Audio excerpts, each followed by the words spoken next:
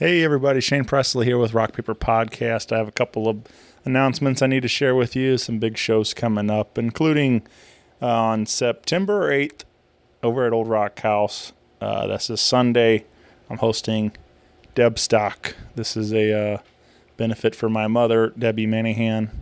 This is she was diagnosed with glioblastoma brain cancer back in June, and we're going to try to throw a big party for her and have some fun. I have live music from the Scandaleros, Al Holiday and the East Side Rhythm Band, Jackson Stokes, Joe Bazzelli, Matt Wynn, and Big Mike Aguirre and the Blue City All-Stars. Again, $4 to $9, $10 tickets in advance, $15 at the door. You can also purchase those at metrotix.com. And be sure to dress up in your finest Hawaiian summer kind of luau beach theme, whatever that means to you.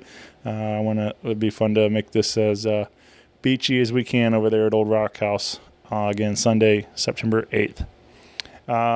So let me tell you about my friends at Naked Vine. They donated to Deb Stock, and they've been a great friend of mine. So stop by and visit them out in Chesterfield, Missouri, right up there off of 40 and Clarkson Road, and see some great live music this week. Thursday, September 5th, Hal Pascal of Cherokee Moon will be out there. And Friday, September 6th, the Scandaleros return. And Saturday, September 7th, Prairie Rehab. I will be back at Naked Vine on Tuesday, September 10th, and that's every second Tuesday of the month, with my singer-songwriter storytelling showcase. And this month I will bring along my friends Taylor Steele of Taylor Steele and the Love Preachers, Eric Barnes and Andrew Dahl of Andrew and the Dolls. Again, all this information and more can be found at nakedvine.net. Be sure to follow along with them on Facebook, Twitter, and Instagram. And as always, they're serving up the finest wine, whiskey, tequila, and local craft beers out there. So come out and visit them at Naked Vine. And I want to let you know that this episode is recorded on my brand new Heil microphone. If you haven't checked it out yet, visit heilsound.com today and pick up a brand new microphone or gear or whatever you can want to get over there at Heil Sound. And follow them on Facebook and Instagram as well. And I want to let you know about Joseph Meyer Club. They're a fantastic company with this great foaming aftershave I've been using, and you can pick yourself up some today at josephmeyerclub.com. And if you entered my code RPPJMC20 during checkout, you can receive an exclusive 20% off. So head on over there again, josephmeyerclub.com, get for all your aftershave needs. And that's it for me today, folks. Again, thank you everybody for listening. Thanks for continuing to support this show. If you're interested, I have some new hats and buttons and shirts available. Feel free to email me at rockpaperpodcast@gmail.com if you'd like a shirt or anything, or if you just want to say hi or what episodes you're enjoying or any whatever it is. Feel free to reach out, email. Also on Facebook, Twitter, and Instagram. Would love to hear from you. Again, please come on out to Deb Stock Sunday the 8th. We'll hope to see you there. Have a great day, everybody. A podcast is kind of like it's like a radio show that's not on the radio. It's on the internet. Does that make sense? Uh-huh. Yeah. That's also like my mom. It makes it sound more confusing, doesn't it? It sounds like this. Hello, everybody. You're listening to the Tungsten Groove here live on Rock Paper Podcast. Hey, everybody. Shane Presley here, Rock Paper Podcast, coming to you from St. Louis, Missouri. Hanging out today with... Now, is it the Wombmates or just Wombmates? Just Wombmates. Just Wombmates. Not just Wombmates, but Wombmates. Right. I know some people, get kind of particular about it. Like, sometimes it was like, the Beatles or, Rolling Stones or, or some people get like, or the Rolling Stones, I guess. But like some people particular about if there's that or not. Right. I was took a couple semesters of music classes at the community college in Forest Park, and my professor, Dr. Z, shout out to Dr. Z if you're listening, he turned me on to this band called Punch Brothers. Oh yeah. I was like, hey, man, I listened to the Punch Brothers last night. And he goes, I'm going to stop you right there because it's not the Punch Brothers. It's just Punch Brothers. I'm like, okay, yeah, they're good. Yeah. Sorry about that. Yeah, sorry, dude. I didn't mean to offend you. Yeah, I don't know. I don't know if I'd ever take it to that extreme, but maybe he's got a point. Yeah, Some people are a little particular about it. But anyway, so I'm hanging out today with Wombmates. Wombmates. A lot of people read it as Wombats. Yeah, I don't know why. We get that all the time. Probably more so than Wombmates. We thought about adding a hyphen, like womb hyphen mates, but I feel like we shouldn't have to spell it out for everybody, Sure. you know? Right. And then, like, you would think that they would get it when they look at you guys. Yeah, it's twins. true. Which, spoiler alert, if you haven't figured that out yet. Anyway, you guys want to properly introduce yourselves for everyone listening? I am Noah Smith. I am Jacob Smith. Which I don't know if that's gonna really come across on the audio well. You know, Yeah. it's like, Telling the difference. right. But this is fun because these are actually this is the second set of twins I've had on the show. Damn. I had the Vine brothers at STL Style House. Do you know Jeff and Randy at all? Nope. Jeff and Randy, no. Well, you should check them out. They got a great spot over on Cherokee doing STL Style House. Oh, over yeah, there. like kind of down more so towards Gravelway. Yep. And Yeah, I know and exactly what you're talking Yeah, about. they got all kinds of the Saint fucking Louis t-shirts and all that and stuff. It's really cool because the style, the STL in the word is like Sure. pointed out like that. Yep. I was like, man, you guys are geniuses. You guys are Yeah. so smart. But they so it was a lot of fun talking with those guys because I'm getting a little bit of it from you guys as well, but it's like one fluid thought between the two of them, and they like would start and stop, and you know, one would start the story and the other would come in and like just back and forth and I'm like ping pong ball back and forth, like trying to talk to these guys, and it was very interesting, and but it was, I mean, they're great stories, but it was just like, it's just really different having an interview with twins. You know. We actually try. We do that all the time, but we kind of try not to. Like, oh, you know, like you talk, but it's just like during the story or whatever. Then this guy always says something to add or whatever, you know. So Sure. It's pretty similar that way. Yeah. So Well, I guess let's start back at like. This is our first time really getting to hang. I mean, we've talked several times. I started really getting to know you guys through hanging out at Broadway Oyster Bar with Sean Cannon's Voodoo Players on Wednesday nights. So we started seeing each other around there a lot, and then I learned you guys play, and I was like, hey, we should hang out sometime and talk and get to know more about the band and everything you guys are up to. And so that's what we're here today. We're making it happen. awesome. And Yeah. I've got kind of a funny story / perspective on like our meeting, you know. Yeah. And so, like, a couple years ago, like, Noah and I spent some time traveling in a van around the country and playing guitar on the streets and stuff. And, like, I was very used to having no money at all, you know? Like, it was just, like, overdraft fees and everything. Like, it didn't bother me, you know? And so I finally came back to St. Louis to settle down, get my life together when, in, like, 2017, like, the middle of the year is when we really discovered, like, Broadway Oyster Bar and Sean Cannon and stuff.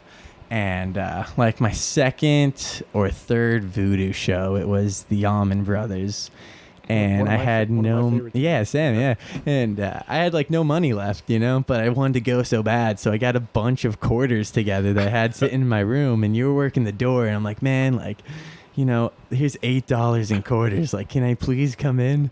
And you're like, no, man, like, I don't want a bunch of change in my pocket. And I was like, what do I do, you know? And so I talked to the bartender, and she gave me the dollars, and then he gave me the wristband. And I'm like, man, I don't like that guy. Sorry. Money's money, you know? Yeah. So for the longest time, I held a grudge against you, you know? Sorry, it'll give you a bad first impression. But in my perspective, it really is. I mean, I understand cash is cash, but it's like super pain in the ass. Like when somebody brings you like well, I mean, like, but then like some guy gave me the other day like a ripped up 20, and I'm like, man, what am I supposed to do with this? Like, why are you giving me your junk money? Like, why don't you go fix it? And you know, but so anyway, I went in the bar and I taped it up so I didn't like rip it the rest of the way and stuff, and like. But so anyway, or people like hand you money, like just a wad of it, and it's like, how about you take a second to learn how to like hand people money and stuff? Like, yeah, we bartend and we get that all the time. Right. Yeah, and it's like I bartend at Fitz's on Delmar, and like specifically when people give me money and ask for change back, it's like a grudge, like the pet peeve I have. I'm like, because there's like meters on the street, and they're like, oh, can I get some change for the meters and give me like $3? I'm gonna take all my quarters away.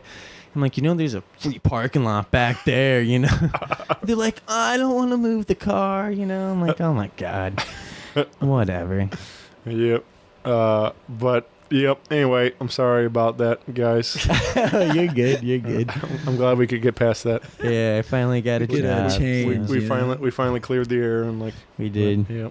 Feel good about that now. Yeah, finally get that off your chest. That's in a dark place in life. Yeah. But yeah, we like I said, we saw you guys coming in there all the time, and then I think we started becoming friends online, and then I learned you guys play and all that kind of stuff, like I said, and so I thought this would be a lot of fun to get to talk about some of your stories in music and stuff, and which I guess I just recently found out, no surprise, but like that you guys have been doing this for quite a while, and like I saw an old music video from some of the earlier stuff. And was it in our band Get At Me? Maybe, yeah, it was. It was like it was a nice music video, like in a house, like and it was I forget now, but like a party video. Yeah. No, I don't know when. So Matt Amelung. Yeah, that's what it all came out around that time, because Matt's a good friend of mine too, and I started. Yeah, we spent a lot of time with Matt. So like in high school we started this band Get At Me, and it was like pop punk, kind of turned more so into like pop rock or something, like we were together from like 2012 to 2016, I think, and it was Noah and I, and then we had a couple different drummers, and then this guy Matt Amelung, Lucky is what they call him. He's a phenomenal musician, but he was a good friend, yeah, obviously, and shout out to Lucky if you're listening. But he was like the original drummer, but slowly became like the singer, and then like played some guitar there at the end. But that was like, our first phase. We did 2 like tours as a group, and then like did like 36 professionally recorded songs in a studio. Like more than half of them was done with Matt Amelung. And then like our first tracks were done with Kevin Gates in Springfield, Missouri. Yeah. You ever heard of him? Yeah. I've had quite a few friends record with him also. Yeah. So we were really big into Never Shout Never in like middle school and high school. Yeah. And he like started out with Kevin Gates so we were born in Joplin, Missouri, and like kind of grew up there, and so did Christopher Drew of that band. So we always felt like a connection with him, Nice. That so was that the first band then, or? Yeah. So it started as like when we were like 14 as like a Blink-182 cover band. Okay. And then we started writing our own music, and we put out our first like 4-song EP when we were like 16, and just kept the band going until we were like 18, 19. Then we kind of like grew out of the style of music, and we kind of like quit our jobs and bought vans and put beds in the van and started traveling and followed Dead and Company around for a summer. Yeah. So we started to be influenced by like a whole different world of music, and started to kind of like not really like the style of music we were playing at all. So we just kind of spent a couple years kind of growing as music listeners and musicians, and just kind of like exploring different things with music instead of just like playing power chords and whining about some bullshit, you know, because it's what you do when you're 16. So Fuck you, Mom. Shout out to Mom if you're listening. It is funny that, like, you know, like Blink-182 is still going, and you know, They come in here with Lil Wayne. Did you see that? Yeah, well, like, and then like Lil Wayne was done, and then now he's back, Yeah. and like I don't know, but yeah. Anyway, but like you're saying though, those guys are now whatever 40 something or Yeah. something, and they're still singing these silly songs that they Yeah. wrote when they were kids, and like, Yeah. so. Probably get paid so much money to do so, though. Well, yeah, but I mean but still, it's just kind of a weird thing to. Obviously, people want to hear it still, which is Yeah. cool. But like the thing is, like, you know, yeah, I mean, there is that growth though as a musician, as humans, you know, like we want to evolve, and like, but it's also kind of weird to be stuck as a teenager all your life because you Yeah. I guess See, that's yeah. why Matt Amelung, not Matt Amelung, Tom DeLonge, sorry. Tom DeLonge left the band, you know, Right. because he wanted to grow away from that. Sure. And started Angels and Airwaves and just added some synth to his power chords, I guess, you But- know. A lot of delay. A lot of delay, a lot of flanger. and aliens. So yeah, when we started to be more comfortable with our musicianship and getting better with like leads and chord progressions and like keys and just like knowing more about music in general, we wanted to like start writing and recording and releasing again, and just wanted to keep it the two of us just because that's where the magic has always been, and we had the most fun doing it. And keep it simple too. So if we do like play out of town shows or whatever, we can just like pack up in a small car or Sure. whatever, or don't have to consult anybody else, or Right. just kind of do whatever we want. Yeah, man. Do you ever get like those type of stuff? Like people ask you like where you guys met or any of that? Like I mean like people that don't quite put it together, or do people get it right away? People know right Yeah, away. right. I mean, like, yeah. I just think I almost went for it just because I thought it would be funny. Like, so do you guys, how'd you guys meet? And like, you know, whatever, just. I was just chilling in the Yeah. womb, and Right. he's fucking right there. Like, it's crazy. crazy in my face. Yeah. We were originally triplets, and then Noah and I, we didn't like the third guy, so we ate him. And then Yep. Came we out as like conceived 10-pound babies. babies. Like we already knew math and stuff when we came out of the womb, so Nice. we like, yeah, Yeah. thanks third baby. But yeah, so our mom was a musician. I guess she technically still is a musician. She started playing piano when she was in second grade, and she is like 52 and still plays piano. So she's really good with like sheet music and stuff. But she can't really like jam, you know. So there's like those classical people who like read sheet music and know everything, but like you throw down a chord progression, they're like kind of lost, you know. And I'd say, you know, she's something similar to that, but not like she tries to go out and get these funky jams with us all the time, you know. But so I mean, he started playing guitar and when he was like 12, I think. And then Yeah. I started when I was like 18 because I played bass in the band.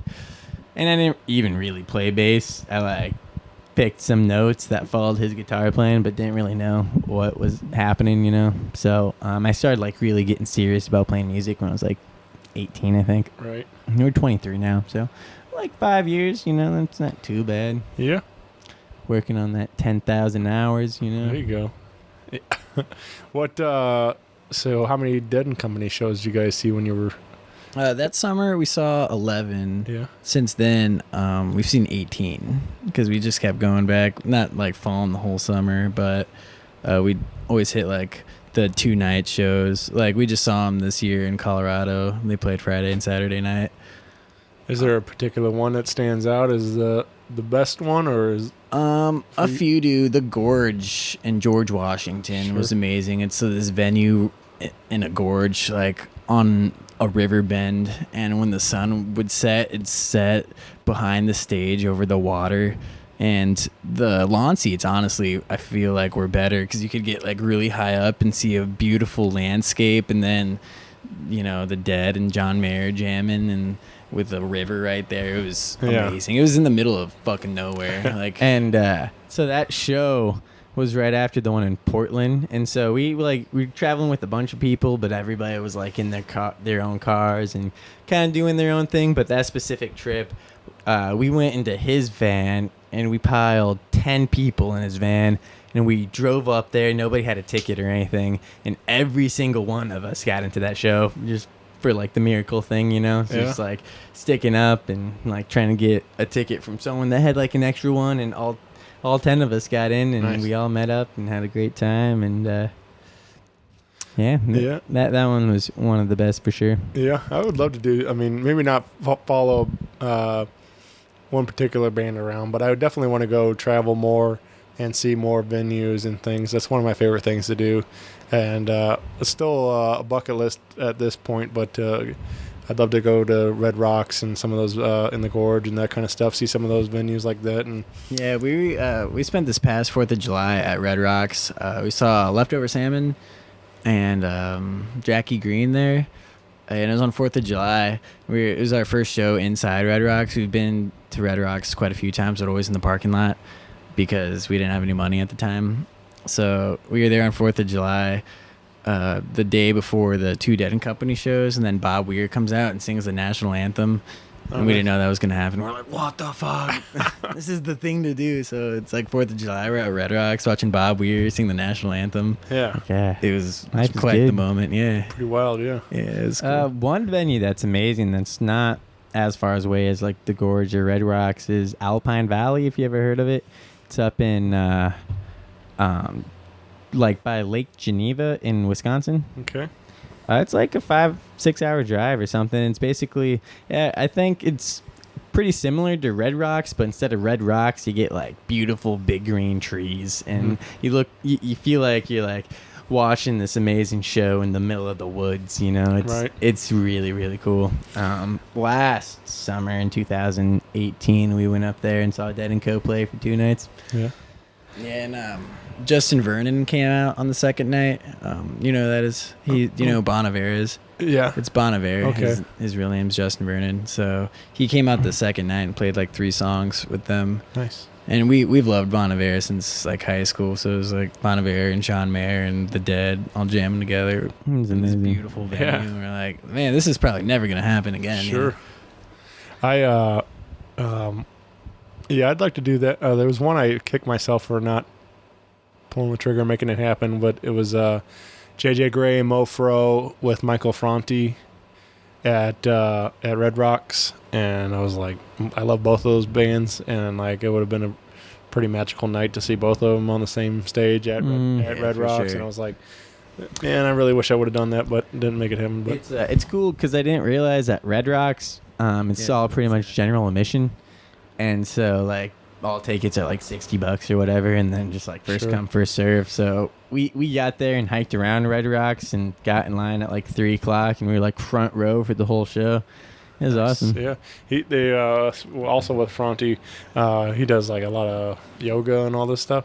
Oh, and nice. And he does like a yoga. He did like yoga on the rocks that morning. Yeah, because they do that every Saturday, I believe, at Red Rocks. He like led the class or whatever, and tight. I was like, I don't do yoga, but I would do yoga with Michael for Franti. sure. Like that. I mean, just to tell the story, like that's good. that would be cool. But anyway, I did just see you guys out recently, a week ago as we were recording this. Saw you boys out at Gary Clark Jr. at the Fox. Yeah. It was a really good show. It was nice to see you guys at another venue besides Broadway The Oyster Oyster Bar. Bar. Yeah, I love seeing shows at the Fox. Yeah, beautiful. In what was that? September last year, I saw Neil Young there. Neil Young's like one of my favorites for sure. Yeah. And so, I like the Fox and everything, but man, for like Neil Young, I got tickets in the back, like secondhand for like $200, and like, I don't know, like it was cool to see him, but I don't know if it was worth $200 for the seat that I was sitting in, you know. Right. But whatever. I mean, I was just happy to be there. Sure. I got to see Neil once at a Farm Aid in Kansas City. Oh, nice. They did at the like soccer stadium in there, Oh, cool. but Neil and Dave Matthews and Willie and Lucas Nelson and John Mellencamp and Jacob Dylan from the Wallflowers, and a lot of good acts. It was a fun show. But yeah, so finally it was kind of one of those bucket list kind of things to see Neil live and everything too. Yeah, his voice is still amazing, man. But anyway, that Gary Clark Jr. show was pretty awesome though. It was a fun night. Yeah, it was, man. He's a bad dude. Yeah, he is. He's so cool, man. Like, I like how like his whole imagery is like his shadow, or like silhouette, and like even on stage they make him mostly a silhouette most of the time. Sure. And like, yeah. All right. That stuff made me crack up when he was started telling the story about coming in and playing for the Blues and stuff, and like and it was what Game 5 or whatever that was. Like Game 6. Like 6. people would want it, but we didn't. So he came in and played, and then telling that story, and then he's like, oh yeah, and I met Nelly. That was dope. Yeah. Like, Matt Amelung. yeah. Oh, he's like, oh, and I met Wayne Gretzky. That was dope. Like, Yeah. He's just like the coolest though. Like he's exactly. I got to meet him actually at the pageant a couple of years ago before. Oh, that's cool. No way. Yeah, and we got to. He did like a signing thing by his bus, and got a picture with him and got his autograph on my record or poster at the time. I had his poster. I forgot my copy. Black and Blue was the tour that he was doing for that record. Yeah. And but I forgot the vinyl at home, and anyway, but got to talking to him, and just like the coolest, most chill guy. You know, he's everything you think he would be, and so it was really nice to meet somebody that, you know, wasn't a jerk or something too. You know, like you kind of ruined that stuff. So. And you could tell he'd just be the coolest dude. Yep. Man, his guitar playing and his voice, just both of them are just amazing. Sure. But yeah, I love that he can do it all too. Like that's what I also appreciate about an artist that isn't afraid to do, you know, rock, blues, and some of the stuff even goes, you know, R&B and soul and whatever. And then you have like some his of that voice is so like his range is crazy. Like his falsetto, like Oh, but he can sing super low too. Yep. It's like sounds like different artists sometimes when you listen to his music because he sings so differently in every song. Yep. But let's get into some of your stuff. Like I said, we've been talking a lot about music, but let's get back into talking about Wombmates. We did do some live jamming, which was fun. We did some videos too that you'll be seeing soon, which you guys do a lot of fun videos, so check those out also. But let's talk about this brand new song. You said you guys finished writing it today. Like you said, it was kind of an idea, but then you finalized everything today. And let's talk about this one. Time of Hate, we call it. We wrote it like over a year ago. Like we were jamming the chorus last summer, but never really did anything with it.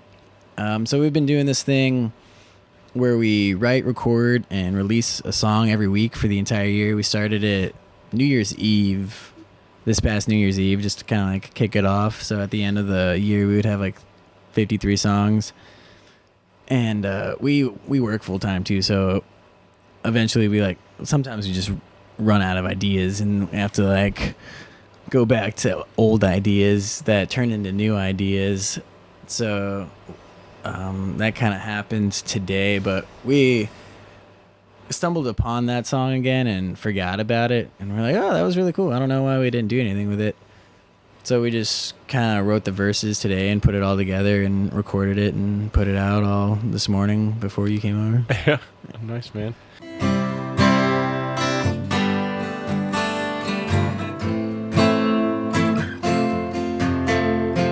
Where did the love go?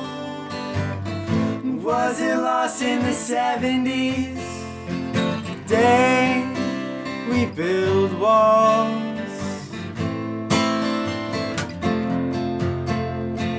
You and I can't change.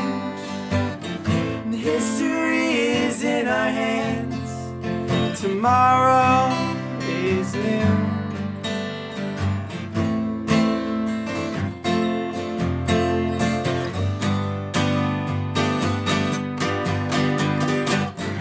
In this time of hate, we've gotta love one another.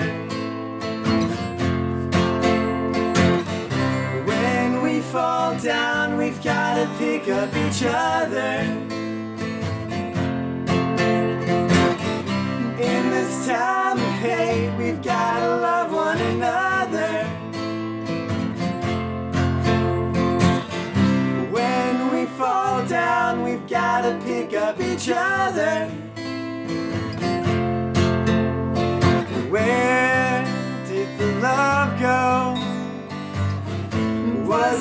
lost in the 70s. Today we build walls.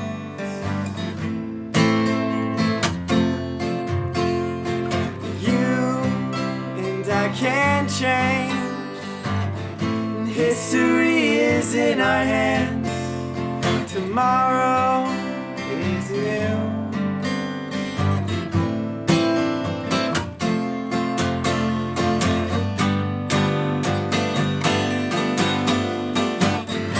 In this time of hate, we've gotta love one another. When we fall down, we've gotta pick up each other. In this time of hate, we've gotta love one another.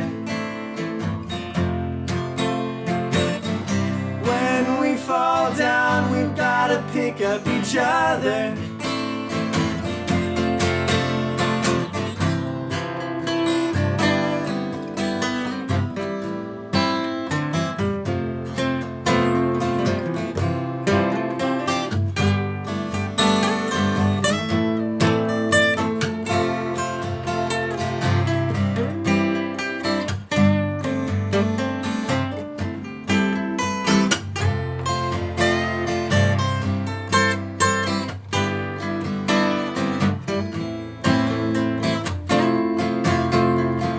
Where's time love go? Gotta love one another. Was it lost in the 70s? Today, found out we gotta pick up each other. You, this time I can't change. Gotta love one another. History is in our hands. Tomorrow we fall down. We've gotta pick up each other. In this time of hate, we've gotta love one another. So yeah, check out the video. Like I said, I have a live acoustic version, but you guys have a little more some effects and stuff on the version you guys put out and things. Some claps. and Yeah, things. right. So check that out too. Subscribe to the YouTube channel. Like I said, we're a video and Facebook page also. You guys doing like a video a week, you said. Yeah. So always new content coming. So check that out.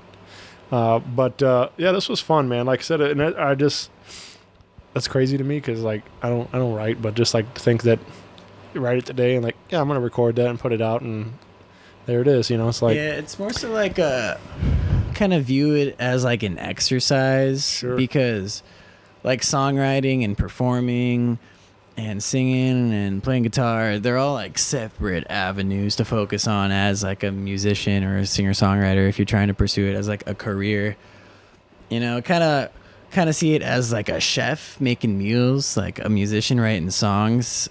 Some musicians just write like 12 songs a year and call it good, but we kind of see it as a chef, and if a chef only made 12 meals a year, is he really a chef or is it just kind of like a hobby, you know? Right. Like some of his meals probably aren't going to be very good if they're all different, but some of them will be better than others, but he's still working on his craft Sure. constantly. So, you know, we're not every song we're not super stoked on, but we just put it out just to like stay real and stay like connected with whoever wants to listen, or just kind of also kind of like as a timeline for our future selves, like looking back on this project in a few years and just like remembering all the songs and seeing how we've progressed since then. And I totally relate though, because I mean that's exactly how I feel doing the show. I mean I've been doing it a little over 5 years, 700 something episodes, and there's sometimes I put like 3 a week out, but you know early on like it was fun, but like everybody heard my you know I put them out there as is, and like so all my growth has been documented over the years, like everybody can, you know. So it's hard for me sometimes to go back and listen to those early ones because they're just, I don't feel that's my best work, but it's like, but you know, everybody's got to start somewhere. So it's like, but it is kind of fun to have that like documented though. Like, well, yeah, we did that, but like look at us now, and like here it is, and so. Yeah, and I feel like people really respect that too. Just like being real with what you got, because in our last band, Get At Me, every song we would put out would be professionally recorded. You know, we spent a bunch of money on every single video, every single song, had a bunch of like auto tune on it. It sounded really good over the internet or whatever, but you went to go see us live and it didn't sound that good. You know what I mean? So I feel like with the way that we do it, with like minimal recording and effects and editing, like what you get online with our videos is pretty much what you get at the shows. Like we're not like bullshitting anybody like we used to, because we're like on this like fake it till you make it kind of thing, like, oh, you know, like putting out this persona on the line, so if we sound and look good on the internet, people will book us, but nobody will go to our shows and we'll sound like shit. So it's not really like helping us out at all, you know? Right. So I feel like the lower quality but like more real is the way to go, because it's like who you are and you're not trying to like fake your way out of it, and it's a lot cheaper too. So right. Yep. You so you said 36 songs to Get At Me. Something like that. We had 2 full lengths and then a few some EPs. So it was like between 30 and 40 songs that we had. And then you guys have been doing this for quite a while. So I feel like we officially started Wombmates this year. I mean, we recorded a song last year in a studio with auto-tune and made it's the same kind of thing as Get At Me, but that's the one song. It's on Spotify. It's called Baby Blue. We recorded it with our good buddy, actually. Shout out to Michael Gerard if you're listening. Graveless Studios, yes. But he has all super polished, and I was like, man, like what? And it still just felt as like as fake and like bullshitted as our other projects. So we did that once, and we're like, fuck, we gotta figure something out. You know what I mean? We actually gotta like be good. Can't like fake this crap. So, but what I was trying to get at is maybe like what's the count? What do you think? How many songs you guys have written together and stuff? Like you got like total in our lives. Get At Me and man, what are we over 100 for sure? Because like even Get At Me had songs that we didn't put out, and we had songs with Wombmates that we record. And we listened to it, and we're like, "Oh shit, we're pretty real about it, but like, let's not put this." That only happened once, where like we recorded this whole song and spent like 3 hours writing the song, like we do every week. And at the end, we were like, "This is terrible. Like, let's not put this out." Like sometimes we'd be like, "Oh shit, I kind of hate this song. It's kind of annoying, but let's put it up anyway." But this one specific song, we're like, "Fuck, like I want nobody to hear this," you know? Like, should we delete the project so we just kind of forget about it? You guys always write together, like, or is it like one comes with an idea? So like, it's interesting because like most of the time, like somebody will have something, even like a lick or a chord or a chorus or something, but like it's so much easier to like write it with him, you know? Like I'll try to sit down and like write a song in my room by myself, and just like it's almost like pulling teeth, like I can't do it. But when I'm with him, like we could fart something out real quick and I think it sounds good, you know? I don't think I've heard anybody ever say that terminology. When I like sit down and try to write a song, it never happens, but sometimes something will just come to me, like while I'm at work. I like someone says something, I'm like, oh, that would be cool for a song, and then I get it in my head and I like go to the bathroom and record a quick chorus on my phone or something, and then I come home, put some chords to it, and then I show him when I got like this like 4 phrases of something, and then it just kind of like writes itself at that point. But the best songs, I feel so like, you know, you sit down and you're trying to write the song, but there are some songs you like sit down and the whole thing just comes out like so easily, like it was already written. Sure.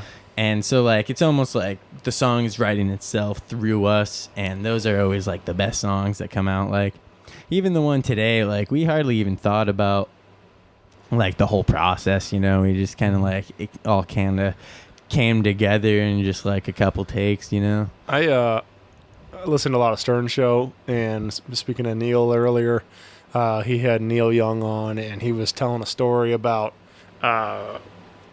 like he was in some kind of fever of some sort, laid up in this hospital bed, and for like a couple of days, and I asked for a notepad, and I guess just started scribbling everything, like whatever came out of it, and didn't know what he was writing, and then all of a sudden, like after the fact, and fever breaks and stuff, and he like went back and analyzed the notebook of what he wrote, and he said like out of that like came like Cinnamon Girl and all these like hits and stuff, like, and it was like, and it was just like, kind of a crazy idea to think about. Like, I mean, who knows if how factual that story is, but like, but it's just like to think that like that moment of inspiration, like, it's just like he didn't even know what he's writing, and just like this song comes out of him and stuff, and like, so sometimes you just got to keep up as I really appreciate that about Neil Young, like specifically songs like Cinnamon Girl. I'll listen to it and I'm like, what do you think he's talking about? Like a cinnamon girl, Right. Like, is this big like imaginary thing, or is he like in love with like this mixed woman? Like, I don't really know what's going on, but I like that wonder factor, Sure. I feel like a lot of our songs are like pretty like straight to the point, like this is what it's about, this is what we're saying, I feel like we need some more like vagueness in our songwriting, but I feel like I'm like a pretty direct dude as it is, so maybe it's just like not me.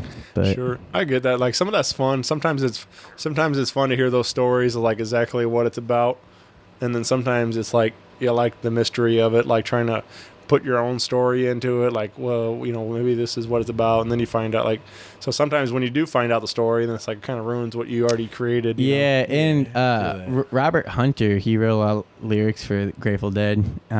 He would specifically. He would get asked all the time, like, oh, what you like? Dark Star, what's Dark Star about, And then he would specifically not tell anybody, like, what he wrote it about, because it could mean something to Sure. you. And, your Right. meaning of the song's not wrong just because my meaning was different and I'm the one that wrote it, Like, it's still yours to be whatever you want it to be. Yeah. So Yeah, I get that, man. Well, we do have one show on the calendar we need to tell you all about. And this is happening August 30th at the Firebird. You can come see Wombmates live. No bullshit, just the real deal. yeah. We have a drummer too when we Yeah. play live, so it's almost. I feel like our live performances is almost better. Way better. than Shout out our to shitty Dan, recordings. Elder Dan Jr. Love you. Is who else is on this bill with you guys? Do you know? We're opening for this touring band called Ghost Town Remedy. All right, And nice. then some other local bands. One I only know, Gallon and the Half Gallon and the Jugs. Yeah, Sarah. She's a friend of mine. Yeah. Yeah, we just opened for her old band now. Treading Yeah. Oceans. Treading Oceans at Foam For sure. about a month Yeah, ago. they've been So- on the show. I think we did 2 episodes, and that's where I got to meet Sarah and stuff. Nice. And, Nice. Yeah. Yeah, so they had a farewell show. at the Foam. Evan from Yep. Yeah, so Get At Me played with his old band called Home and Away like at least 2 million times. Yeah. So Right on. We got to know him pretty well at like a really young age. We actually recorded a couple, maybe just one song with him because he's got like a studio and Right. just Webster for all that. Yeah, man. So yeah, Shout out to Evan. shout out to Evan.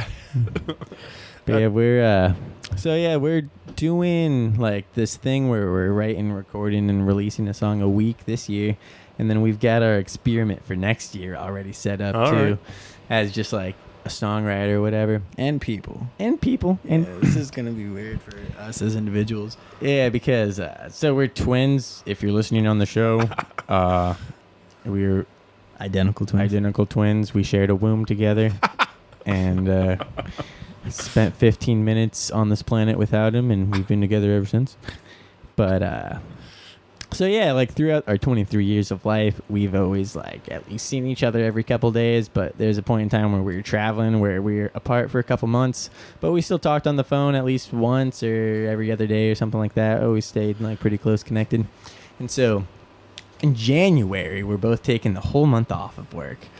And my goal, I don't know if you're doing this. Okay, same. so neither of us, so we're setting the standard that you cannot go outside. Well, I have a dog, so I Well, have to go outside. I'm not but going outside. That's what I'm saying. I'm not going outside. Okay, well, I don't need fresh I'm air. gonna stay home. I'm gonna take my dog out. Yeah, so I'm not going outside. He's going to take his dog out. So, like, the point is we're not leaving the house or doing anything or seeing anybody or talking to anybody, even each other. Like, we're going to go all month long and not talk to each other or say a word, but we'll always know in our head that he's at home doing the same thing, which is, like, writing music. Like, my goal is going to spend 12 hours a day, like, playing guitar, playing piano, trying to sing, trying to write, you know, just like hardcore, like boot camp style, you know, like you want to be a musician, maggot, you better drop down and give me 12 hours a day, you know. Yeah, because we spend 12 hours a day at work all the time, and we don't want to bartend for the rest of our lives. So like we got to take that same dedication and put it into music. And to ourselves instead of Michael Alter from Fitz's. Shout out to Michael. Fitz's. Shout out to What's up, yo? Fitz's. And shout out to Voodoo. They're brand new pure cane sugar. Yeah, we actually. Here, hold on. We so this is what it feels like to be a mother of twins, huh? Oh, geez. We actually got you a whole case of Voodoo Whoa. Fitz's soda for letting us be on the show as a thank you. And Hell yeah. so yeah, that is yours to take home, sir. Thank you, guys. That's Yeah. very nice Shout of out you. to Fitz's. Shout out to Fitz's. Proud sponsor of Rock Paper Podcast. Yeah, hell yeah. But no, seriously, let's make that happen. Yeah. I wish. So our goal for the January thing, before we move on, each of us are going to write and record a song every day. And so when we come back together in January, we'll have February, we'll have like 60 Wombmates songs after we just put out like 52. So we'll probably make like a split album or something and put it out of these 60 songs that we wrote during this experiment of like trying to grow as musicians. So we'll have what is that, 110 songs? 112. You sure? 52 plus 60 is 102. What? Wait, 112. 112. 110, plus- it'd be like 11. Well, 12, 52. 52 and 60 is 112, right? I ran out of fingers a long time ago. Yeah, okay, 112. Yeah, Well, that's fine. you guys said you knew math. Yeah. So out of those 112 songs that we write and record ourselves, we're going to pick 5 of them. 5 of the best songs out of the 112 and record them professionally in a studio and then put those on Spotify and try to get them on like the radio or like, you know, like be I don't know really what people do with specific songs, about. but Yeah. something. You're going to do something with them. Right. So I that's hope kind of after the, 112 songs, at least 5 like good ones hopefully will happen, you know. Sure. I think out of the 33 that we have, we might have like half of a good one. I don't know. I'm still waiting for them to get better, you know. Well, yeah. Well, I mean, it could get interesting, especially if you're locked in your house for a month. Like, could start going crazy and Yeah, That's kinda what I'm going hoping for. So, Yeah. could get weird. Yeah, I'm hoping it gets really weird. Yeah. I'm gonna turn off my phone and like not wear a watch, so I don't know what day or time it is or anything. Can't go outside. Well, you picked a great month to do it because Yeah. it's gonna be Horrible, brutally yeah. cold and nasty and I'm currently rehabbing a house right now, so I'm spending like all my time and money fixing up this thing that I got in January. So it should be done by like November or December. So I'm thinking like I won't want to leave my house because I worked so hard on it, Right. you know. And so I'm like making it pretty nice. So it's just like I would never want to leave, but also, you know, make it a point not to leave. yeah. Have my girlfriend bring me food and like tell So- me if the government shut down or not. So I guess we'll have to plan another one of these in February and see how the Yeah. experiment worked. Yeah, I'm sure it'll So- be We really both weird. Just being locked in will be weird enough, but we haven't gone, I don't think, more than like 2 days without communicating Right. at all. So I feel like the Yeah. that'll be weird. He and some was- like lyrics He will spent come out like of 10 that. days in jail, and that was like a hard time not being able to talk to him. Sure. But I still would call. And we'd still talk a few times. A couple I feel like we times. talked like every day. I tried calling you every day because there's nothing else to do, you know? You worked out. Yep, I did, yeah. I had a similar. I mean, not that we're twins, but my little brother too. And like, I mean, even though we weren't, we're close, but it's like but especially like when you know you can't talk to him and stuff because he's in jail or whatever, that kind of thing like that. Something like that. You know, it's like it's really hard to. Mm-hmm. So, but I thought it would be really interesting because I'm really hoping that somehow, I think it might be impossible, but somehow we might by chance write the same song. Like we come Yeah. together and we literally just like down to like the note and the melodies, The just words. the words and That- everything would be the same. that would be pretty wild. That would be the song. That no, it You would be know? for sure. Like Like my it's like a God. phenomenon. Like Yeah. the world needs this song. You Yeah, know? man. What do you think's like the biggest misconception you guys get for being twins? Like, is there anything that you're just sick of people asking about or assuming or something like? Because like I feel like I mean obviously there's some of in the sense that you guys have a lot of the same thoughts, so we're, you know, like there is some sort of connection between Oh, that's the actually true. right, but Like the kind of a collective consciousness. Sure. Sometimes we'll like have conversations and it'll only be like a couple words each, but they're like pretty in depth because we already know sure, like where each other is going. But We don't also, even have to. that's kind of skewed because I feel like a person's thought process comes a lot from like their life experience, and a lot of Sure. our life experience was the exact same. So of course, like, sure. I don't think it's like this like phenomenon that we like think the same. I think we just had so many similar experiences that we kind of both came to this point together, you know. Well, which would be because we're twins. So Well, other people could do it too, you like know? couples, I Like guess. couples or Sure. like inmates, you know. Okay. Yeah. So there's nothing that really come to mind. Like, I don't know. There, when we first started playing out, we went to one open mic where we met Kirk Copeland. Shout out to Kirk Copeland if you're listening. Shout out to Yeah. Kirk Copeland. He was super excited. He's like, "Oh my god, you guys are twin musicians! Like, your harmonies must be amazing." And it was before we like really got serious about singing together in harmonies, and we like really didn't harmonize at all. We just like sang the same thing together, and I could tell like kind of like disappointment that and like letdown. He was so excited to meet these musician twins that Because it No. is like we weren't really in like theory, like if we were really good and had like beautiful harmonies and stuff, which we're working towards, but like I feel like that's like a good thing going on that people would love to see. But like we currently, or even back then, it was even worse that we didn't really have that. We were just like people like playing music, you know, like Yeah. nothing like this big like show. sure.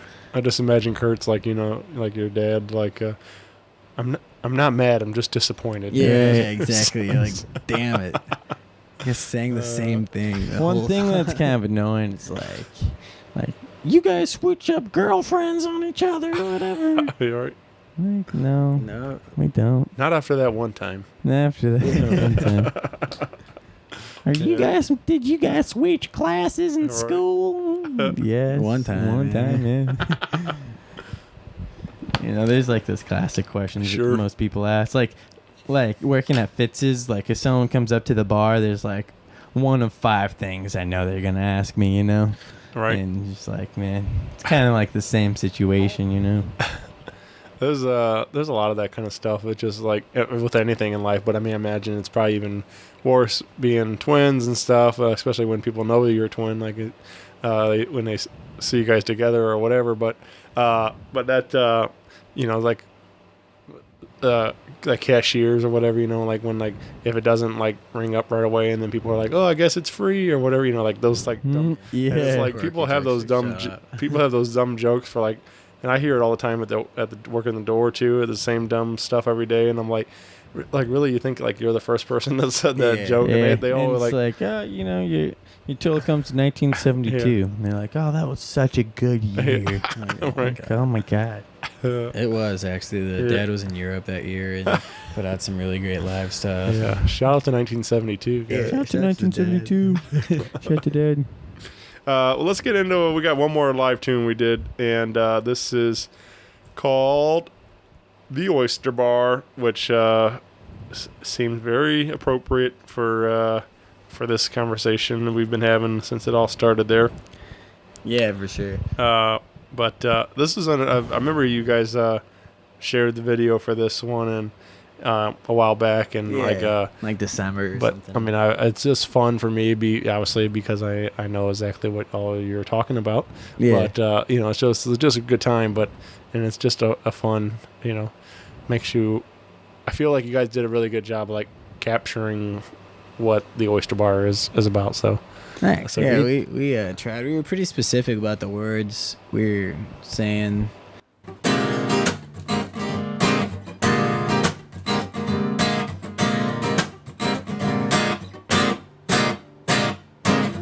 Drinking Bush at the stadium like any other hard-working American. Watching the game down with the guys. I don't need no woman tonight. Game and cards win, no surprise. Gonna celebrate nearby. I'm walking down Broadway. I hear the music play. It's impossible to ignore the band. It's playing the songs I love. Staying where I am simply because we're at the Oyster Bar.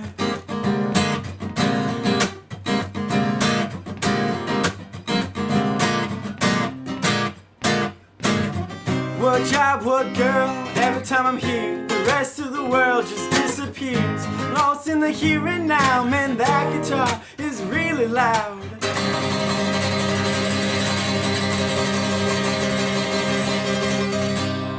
So we're drinking town with a baseball problem. We turn to the blues, just trying to solve them. I got a solution for you. All you gotta do is sing out your heart. Sing out your heart.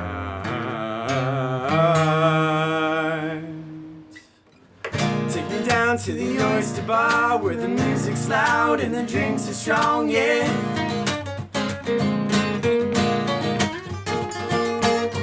Take me down to the Oyster Bar where the men are tight and the women are loose.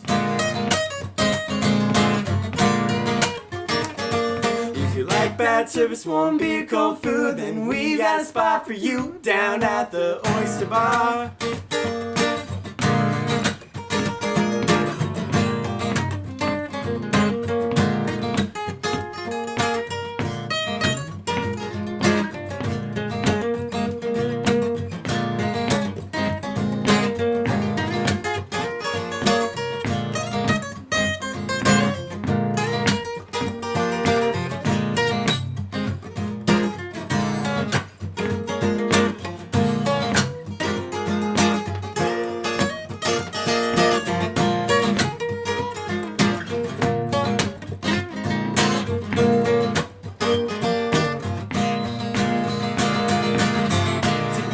To the Oyster Bar where the music's loud and the drinks are strong, yeah.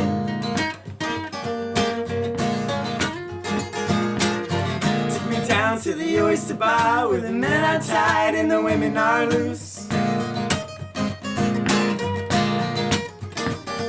If you like bad service, warm beer, cold food, then we've got a spot for you down at the Oyster Bar.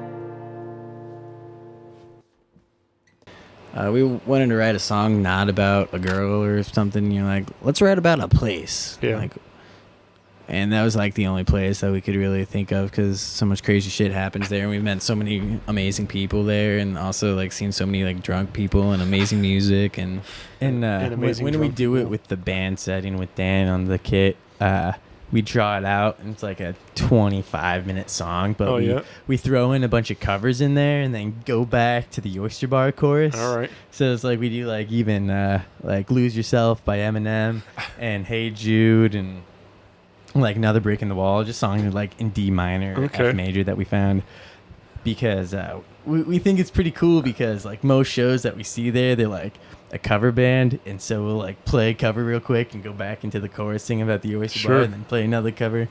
And like that song itself, that I think that was the like out of the 33 songs, that was like the 4th or 5th song that we put out. 4th.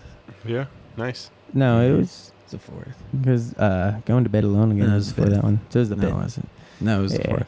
So like the first 9, we wrote out an album. And then we're like, let's just make a song a week, you know? Why do an album? So, like, for the first 9 weeks, we had, like, a backlog of, okay, we already have all these songs because we actually spent, like, 3 or 4 months writing those 9 songs, which I think are arguably some of the best songs that we still have, you know, even after, like farting up some stuff, you know? So, But, that song was always fun because we try to make it kind of funky sometimes, like live, kind of like the music we play there.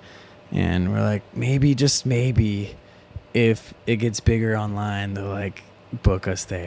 Like, Yeah, man. play the have, Oyster Bar in the Oyster Bar. there's you a super go. funny story that we have about that song, actually.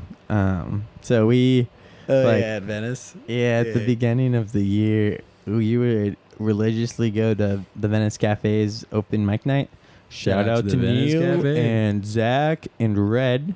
Zach At the Venice Squatch. Cafe? Yeah, man. Zach Squash. I've never heard that. That's You never heard amazing. what? Yeah. That's amazing. Or Hagrid. Zachrit. I don't know. Yeah, Zach Squatch, man. He's the man. Exactly. Anyway, so we like religiously go there every Monday night. Shit is happening right now, actually. Good luck to the next guy up in line. So one Monday night we showed up there. We get there like 8 o'clock, sign up and leave and come back because this house is like really close to it. And when we were there signing up, there's these 2 guys drinking at one of the tables, and this one guy looks at us. He goes, "Hey, you guys are the set of twins. I saw you guys play last like the month." Wombmates. You guys are the Wombmates. And we're like, "Yeah, man, what up, dude?" He goes, "I saw you guys play last week, and you just played that god-awful song about the Oyster Bar. It was so bad. It was terrible." He's like, it was so bad. I know some people that work there, and I called them and told them about you and about how bad your song actually is. And I was like, "So you're telling people about it and you remember it?" Because he did say one thing and goes, "You guys did play 2 other songs that were really good. I remember. I just don't remember anything about them." I'm like, "So is it the bad song that was actually the good song since you remembered it and you're telling people about it?" us? And you remembered our name because we played such a bad song. Like, sounds like a pretty good song. Yeah, you know, like I don't care how good the other 2 ones if you don't remember it, you know. But to be fair, when we were playing it live at that point, we'd like draw it out, like kind of like space, you know, like the Dead did, just like play literally random shit, and then we'd come in and just do some random shit, and you're just like, "Baby, take me down, baby." Yeah, Like, so stupid. yeah. We had some dub parts in it just to be like weird about it, and I'm pretty sure that's like what he was talking about, because Because there's literally a part where, like, I'm playing literally every note up the neck, but like trying to like beat off time about each one, you know, and then he's like doing some other like random stuff. So it technically did probably sound bad, but that's what we were going for. but in an artistic way. Yeah, you know, we're artists, man, contemporary. I just imagine that change, that flip, right? You know, like just, hey, you guys are the Wombmates, and you're like, yeah, you guys suck. Yeah, but he was exactly what that was. he was the owner of Four Strings Bar. Is that what it's called? Four Strings. Four Strings. And Shout out to Soulard. Four Strings. And then he's like, we do music on Tuesday. You guys should come tomorrow. And we played there the next day. He didn't pay us or anything, but we still played there for like an hour. So like a really bad song that he hated got us a gig at the bar that he owned. There you go. You know what I mean? So Yeah. it's like, Sounds like a kinda pretty good song, man. Yeah, man. I like that also that you said you throw in the covers, because that's exactly what I was thinking as you guys are playing it live today. I was like, because there's a couple of lines, take me down to Oyster Bar. I was like, it'd be fun to like throw in Paradise City there or something like that. Yeah, Like, take me down to the paradise in the yeah. room. That's so true. Stuff like that. I hear those kind of things. I have this mashup in my head. When Axl does the all that. I was like, I have an idea. Like I don't have the technology to do it, but I think it would be funny to like in that part where he does that, the shanana part, where it would like go into like Brown Eyed Girl by Van Morrison doing the all the na-na-na part. Something like that. Like I don't know, just it would be super silly to me, but like it makes me laugh. Or if like you're listening to Brown Eyed Girl and all of a sudden Axl comes in and does the It's funny how you say that. So like before we started, like back when we came back from the road, when we started playing out a lot, before we started writing songs, like our shtick was mashups. So we'd like take two songs and mash them up together, and like we would do like Fire on the Mountain by Grateful Dead and mix it in with Lake of Fire, the Nirvana rendition that they did on the MTV thing.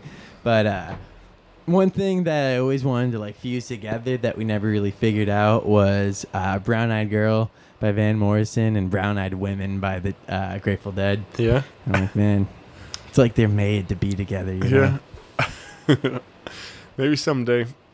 Yeah, but and then we're like, yeah, let's stop trying to figure this out and actually write something. There you go. Right.